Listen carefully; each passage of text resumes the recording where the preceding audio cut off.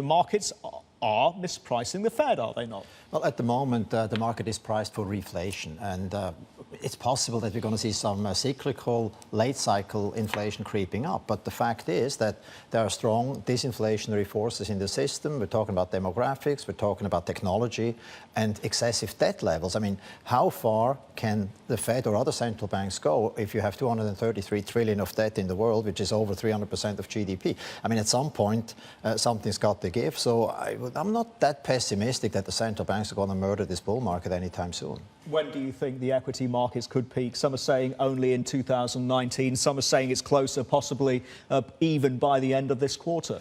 Well, look, I mean, at the moment we're having a pullback because equity markets were overbought. That's normal. We're not used to corrections anymore. But if you look at it, this is a sign of an imminent collapse. No, I don't think so, because equity markets, you know, it starts out as pessimism, then goes to skepticism, then to optimism.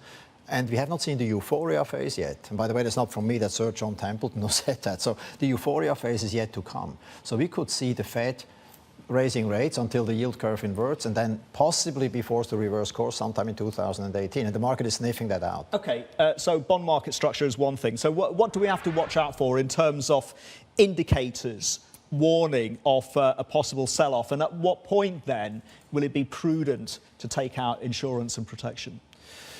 I would think I'm watching the yield curve. It's not inverted yet, but we're 2.5 rate hikes away from a yield curve inversion. That's one thing to look at.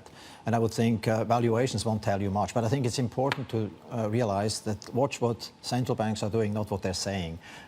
So even if the Fed keeps raising rates for another 2 or 3 times, I don't think it has to be the end. But if it leads to a slowdown in the economy, then of course they may have to reverse course at some point. But that's probably 6 to 12 months out.